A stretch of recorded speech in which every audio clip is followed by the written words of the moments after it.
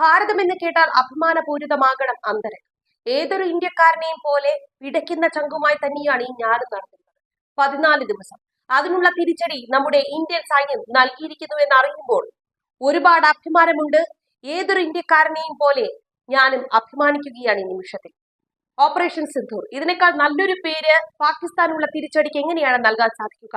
നിരവധി സ്ത്രീകളുടെ സിന്ദൂരം മായ്ച്ചു കളഞ്ഞ, ഒരുപാട് സഹോദരങ്ങൾക്ക് അവരുടെ സഹോദരന്മാരെ നഷ്ടപ്പെടുത്തിയ, മക്കൾക്ക് അവരുടെ അച്ഛന്മാരെ നഷ്ടപ്പെടുത്തിയ പാകിസ്ഥാന് ഇതിനേക്കാൾ നല്ലൊരു തിരിച്ചടി നൽകാൻ സാധിക്കില്ല.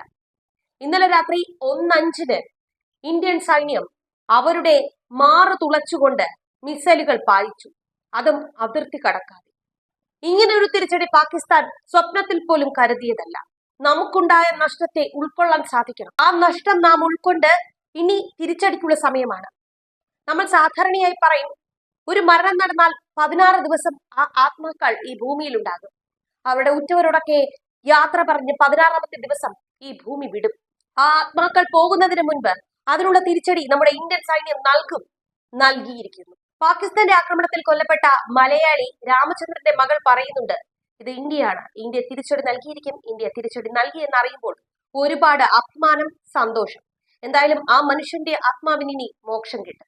ഇന്നലെ രാത്രി ഇന്ത്യൻ ഭരണകൂടത്തിന്, ഇന്ത്യൻ ജനതയ്ക്ക് ഉറക്കമില്ലാത്ത രാത്രിയായിരുന്നു. 1:05 തുടങ്ങിയ ആക്രമണം കൃത്യം 25 മിനിറ്റ് നീണ്ടു. പാകിസ്ഥാൻ നടത്തിയതുപോലെ പേടിത്തൂറികൾ നടത്തിയ ആക്രമണമായിരുന്നില്ല അത്. വളരെ ധീരമായ പോരാട്ടം. അവിടെയുള്ള ഒരു സിവിലിയനെ പോലും ലക്ഷ്യം വെക്കാതെ, മിലിറ്ററി ബേസ് ലക്ഷ്യം വെക്കാതെ ഭീകരരുടെ താവളങ്ങളെല്ലാം അടിച്ചു തകർത്തു, ബോംബിട്ട് നാശക്കോട്ടമാക്കി.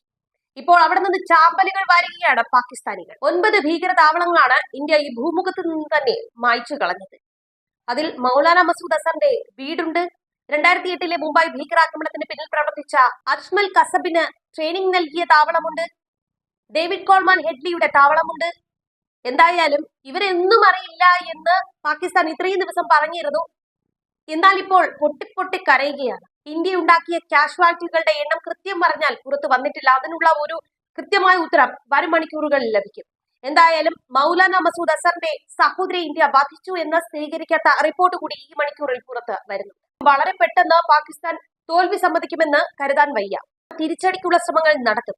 അതുകൊണ്ട് തന്നെയാണ് ഇന്ത്യ കരുതിക്കുട്ടി ഇന്നൊരു മോക്ക് ഡ്രിൽ ഇന്ത്യയിൽ നടത്തുകയാണ്. സംസ്ഥാനങ്ങൾക്ക് അത്തരത്തിലുള്ള ഒരു നിർദ്ദേശം നൽകിയിരുന്നത്. എന്തായാലും അത് വെറും ഒരു മോക്ക് ഡ്രിൽ അല്ല എന്ന് ഏവരും തിരിച്ചറിയുക. കാരണം വിറളി പിടിച്ച് ഭ്രാന്തിളകിയിരിക്കുകയാണ് പാകിസ്ഥാന്. എങ്ങനെയും നഷ്ടപ്പെട്ട പ്രതിച്ഛായ തിരിച്ചു പിടിക്കണം. അതിനുവേണ്ടി പാക് ഭരണകൂടം, പാക് സൈന്യം പല വിധത്തിലുള്ള നമ്പറുകളുമായി എത്തും. ഞങ്ങളുടെ സിവിലിയൻസിനെ അവർ വധിച്ചു, അതിലൊരു 3 വയസ്സുള്ള കുഞ്ഞുണ്ട്, 6 സിവിലിയൻസിനെ ഞങ്ങൾക്ക് നഷ്ടമായി, പലതരത്തിലുള്ള നഷ്ടങ്ങൾ ഞങ്ങൾക്ക് സംഭവിച്ചു എന്ന് പറഞ്ഞ് കരഞ്ഞു മെഴുകാൻ ശ്രമിക്കുന്നുണ്ട്. അന്താരാഷ്ട്ര സമൂഹത്തിന്റെ സിമ്പതി പിടിച്ചുപറ്റാൻ ഇത്തരത്തിലുള്ള പല നമ്പറുകളുമായി പാകിസ്ഥാൻ എത്തും. ഇന്ത്യ നടത്തിയ ആക്രമണത്തെ ചൈനയ്ക്ക് പോലും കുറ്റം പറയാൻ സാധിക്കാത്ത രീതിയിലുള്ള വളരെ വെടുപ്പായിട്ടുള്ള ഒരു പരിപാടിയാണ് ഇന്ത്യ നടപ്പിലാക്കിയത്. ഓപ്പറേഷൻ സിന്ദൂർ എന്ന് പേരിട്ട് നടത്തിയ പ്രത്യാക്രമണത്തെ വിശദീകരിച്ചത് ഇന്ത്യയുടെ 2 പെൺപുലികളാണ്. അതിൽ നിന്ന് തന്നെ നമ്മുടെ പൊളിറ്റിക്സ് വ്യക്തം. ഒരു മുന്നറിയിപ്പ് കൂടി നൽകിയാണ് ഇന്ത്യ തങ്ങളുടെ പ്രത്യാക്രമണത്തെ കുറിച്ച് വിശദീകരിച്ചത്. ഇനി പാകിസ്ഥാന്റെ ഭാവി നിർണ്ണയിക്കേണ്ടത് അവർ തന്നെയാണ്. പാകിസ്ഥാന് എന്താണ് ഇനി സംഭവിക്കാൻ പോകുന്നത് എന്ന് തീരുമാനിക്കുന്നതും അവർ തന്നെയാണ്. ഇതുകൊണ്ടെല്ലാം അവസാനിച്ചാൽ നല്ലത്. ഇനി അതല്ല, ഇന്ത്യയുടെ മെക്കിട്ട് കയറാനാണ് പദ്ധതിയെങ്കിൽ ഈ ഭൂമുഖത്ത് നിന്ന് തന്നെ അവർ തുടച്ചു നീക്കപ്പെടും, സംശയമില്ല.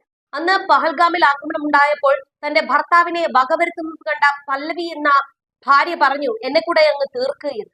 അന്ന് പോയിന്റ് ബ്ലാങ്കിൽ തോക്ക് ചൂണ്ടി ആ ഭീകരൻ പറഞ്ഞു, നീ പോയി നിന്റെ മോദിയോട് പറ എന്ന്. എന്തായാലും അവർ മോദിയോട് പറഞ്ഞു.